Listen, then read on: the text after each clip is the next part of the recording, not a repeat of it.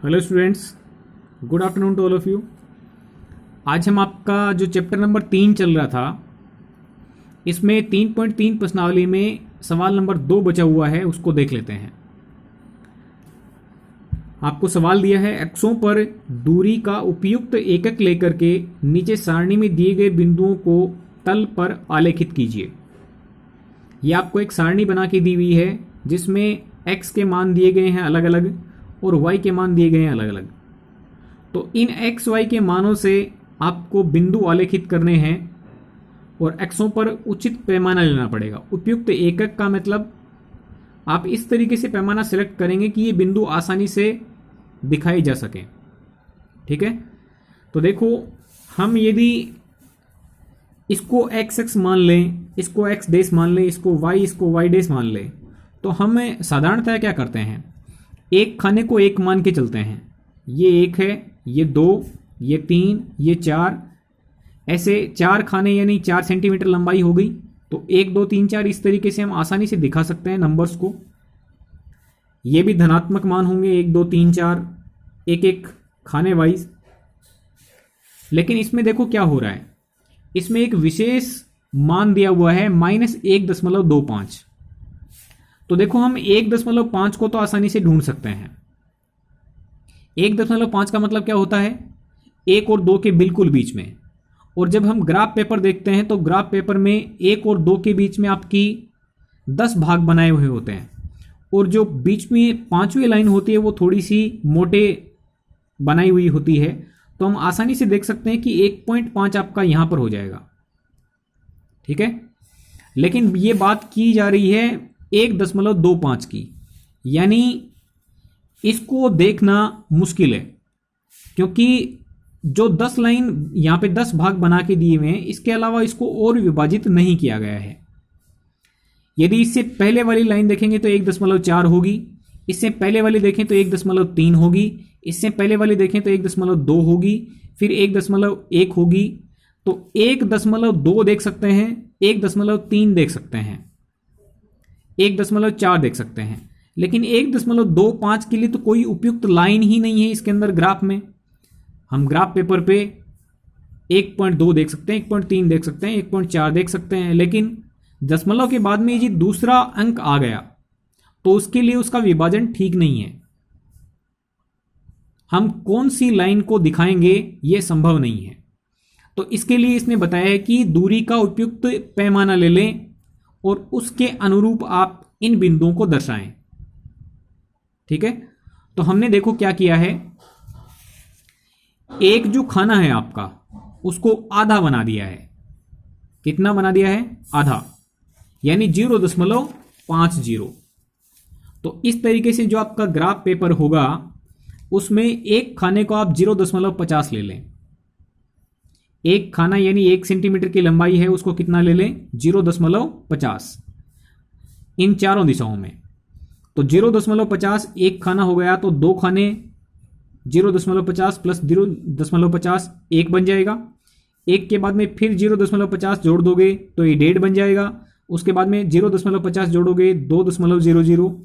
इस तरीके से आपको 8 तक मैंने दर्शा दिया है। मैंने 8 तक इसलिए लिया है क्योंकि आप देखें इस सारणी में अधिकतम y का मान 8 है। अधिकतम y का मान कितना है, 8। तो 0.50 के गैप से मैं 8 तक पहुंच गया, जिसमें छोटा मान 7 भी सम्मिलित हो जाएगा, 3 भी सम्मिलित हो जाएगा। नीचे की दिशा में ज़्यादा बड़े मान नहीं है, माइनस में 1.25 है y का मान और माइनस में 1 है। तो देखो इस तरीके से यहां पर नीचे की दिशा में यानी y डैश पे मैंने इसको -0.50 एक खाना हो गया, फिर माइनस का 0.50 और ऐड कर देंगे, जोड़ देंगे तो माइनस का 1.00 हो गया, और उसके बाद में एक खाना और ले लें तो माइनस का 1.50 हो गया। हमारा काम आसानी से हो जाएगा, केवल नीचे की तरफ केवल 3 खाने लेने से हमारा काम हो जाएगा।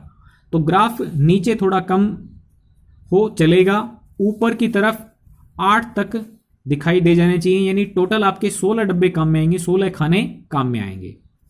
ठीक है, ऐसे ही आप देखें x में 0.50 के अंतराल से मैंने ये मान यहाँ पे अंकित कर दिए हैं। x का मान देखें तो अधिकतम कितना जा रहा है, 3 जा रहा है, और न्यूनतम कितना, -2 तक। तो x पर भी ज़्यादा विस्तार नहीं है मानों का, तो x वाली x पर थोड़े मान यहां दिखा दिए, थोड़े मान यहां दिखा दिए। अब हमें बिंदु हैं उनको आलेखित करना है। सारणी में पहले देखें तो देखो x का मान -2 और y का मान 8। हम इस बिंदु की बात करें तो ये बिंदु है, इसको क्या बोलेंगे, -2,8। क्या बोला जाएगा, -2,8, क्योंकि कोमा से पहले x निर्देशांक होता है और कोमा के बाद में y निर्देशांक होता है। तो x का मान -2 और y का मान 8, हम इसको दर्शाते हैं।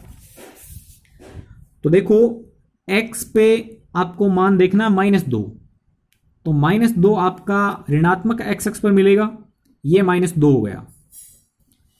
-2,8 पे जाना है तो y का मान कितना लेना है, +8, तो +8 हो गया। अब देखें 8 से एक रेखा जा रही है और -2 से एक रेखा जा रही है ग्राफ पेपर पे, दोनों यहां पर मिल रही होंगी, तो इस बिंदु के निर्देशांक क्या हो जाएंगे, -2,8। ओके स्टूडेंट्स, ये आपका पहला बिंदु हो गया। दूसरे बिंदु की बात करें तो दूसरे बिंदु को देखो, x का मान -1 है और y का मान 7 है, तो बिंदु के निर्देशांक क्या बने, x का मान पहले यानी -1 और y का मान बाद में यानी 7। ठीक है, तो बिंदु हो गया -1,7। हम इस बिंदु को ढूंढते हैं, x का मान लेंगे -1 ले लिया, y का मान लेंगे 7, तो देखो y अक्ष पर धनात्मक मान 7 यहां पर है, तो इससे बाईं तरफ ग्राफ में लाइन जा रही है और इससे ऊपर की तरफ ग्राफ में लाइन जा रही है, ये बिंदु हो जाएगा -1,7। ऐसे ही आप जो अन्य बिंदु हैं उनको देख लेंगे।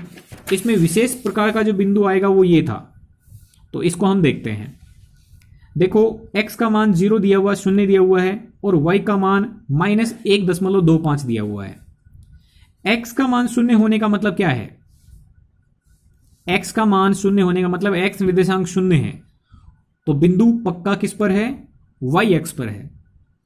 जहां y निर्देशांक 0 होता है इसका मतलब है कि बिंदु x अक्ष पर स्थित है। x का मान 0 है, इसका मतलब बिंदु y अक्ष पर स्थित है। अब y अक्ष पर मान कितना है, -1.25, यानी y अक्ष पर मान ऋणात्मक है, तो आप y पर ऋणात्मक दिशा में चलेंगे। कितना, -1.25। तो देखें नीचे की तरफ आएंगे तो माइनस का 0.50, फिर एक खाना और चलेंगे तो -1 हो जाएगा। अब एक खाना पूरा चल दें तो -1.50 हो जाएगा, 50 हो जाएगा। हमें जाना है -1.25, यानी जो खाना हमने 0.50 का माना था उसका आधा, और आधा बिल्कुल आपको 5वीं मोटी लाइन पे यहाँ पे मिल जाएगा, क्योंकि ग्राफ में एक खाने के अंदर छोटी लाइंस होती हैं। ठीक है, तो आपको 5वीं जो यहाँ पे लाइन होगी वो आसानी से -1.25 को निर्देशित कर देगी। ठीक है, -1.00 और -1.50 के बिल्कुल बीच में क्या मिलेगा, -1.25। ठीक है, तो ये बिंदु होगा आपका 0, -1.25। जो अगले बिंदु हैं वो आसान है। 1,3 दे रखा है, x का मान 1 है, y का मान 3 है, आप आसानी से इसको ढूंढ सकते हैं। x का मान 3 है, y का मान -1 है, ये भी आप आसानी से ढूंढ सकते हैं। ओके स्टूडेंट्स, तो ये आपकी जो प्रश्नावली 3.3 थी वो खत्म हो गई है। Thank you very much.